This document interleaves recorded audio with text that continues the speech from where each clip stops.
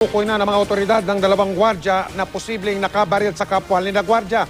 Naganap po ang krimen na yan na magtagulo sa Burgundy Corporate Tower sa lungsod ng Makati kahapon. Ang depensa naman ng mga suspect, ika nga'y warning shot lamang daw ang kanilang ginawa.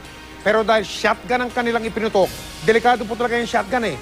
Talagang malamang may madadamay kasi pakalat po ang putok ng bala ng shotgun. Mula sa Santa Rosa, lalawigan ng Laguna, nakatutok live si Dante Perelio. Dante. Yes, Mike, kasong homicide nga ang isasampa ng Makati City Police laban sa dalawang security guard na suspect sa naghanap na barilan kahapon sa Burgundy Corporate Tower dito sa Makati City.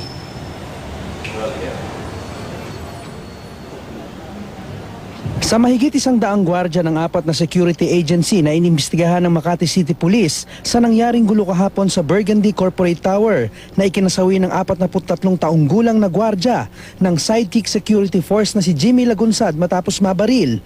Itinuro ng mga kasamahan sa SWAG Security Agency sina Mark Anthony Romero at Raymond Leon na nagpaputok ng baril. Inadmit nila na nagpaputok sila pero hindi nila ina-admit na may tinatamaan sila kasi linusob sila ng mga security guards from the other party.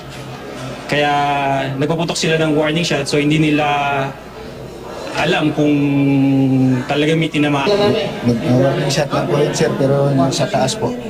Pero wala kayong tinatamaan? Wala po. Umantong tayo kung sino mismo yung nandun sa lugar na pinangyarihan na siyang tinuro naman ng ilang kasamahan na rin. At yung dalawa, nung maituro naman, hindi naman nag-deny na. Alas 4 ng hapon kahapon ang magkagulo sa Burgundy Tower. Pero ayon sa legal counsel ng SWAG Security Agency, nagawa lang ito ng mga suspect bilang pagtatanggol sa kanilang mga sarili. Matapos daw unang magpaputok ng baril ang mga gwardya ng Sidekick Security Force. Ang Sidekick Security Force ang isa sa napiling agency ng mga bagong halal na Board of Directors ng Burgundy Corporate Tower. Sa investigasyon ng Makati City Police, lumalabas na nag-ugat ang gulo sa away sa pamamahala sa Burgundy Corporate Tower ng dating Board of Directors at bagong halal na Board of Directors nito. 6 na buwan pa lang ang nakakaraan ng matapos ang botohan para sa bagong Board of Directors makalipas ang mahabang panahon. Hindi raw ito ang unang beses na nagkaroon ng gulo rito. Nakakuha ng temporary restraining order ang mga bagong halal na Board of Directors na tanging ang Asiatic, Spectrum at Sidekick Security Agency ang mamamahala sa seguridad ng Burgundy Corporate Tower.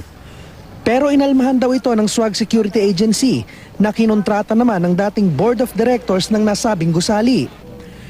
Ikinagulat naman ng mga kaanak ng nasawing gwardya ang sinapit ng kanilang mahal sa buhay. Unang araw pa lang daw kasi nitong mag-duty sa trabaho matapos mabakante ng ilang buwan at excited pa nga raw itong pumasok. Kung sino man yung gumawa nun, hustisya na lang para sa kuya namin. Wala pa po nakikipag-usap sa amin na SWAG. Sidekick pa lang po.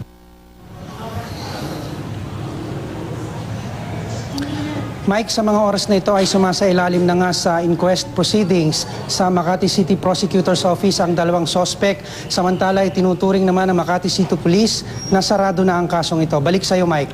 Maraming salamat, Dante Perelio.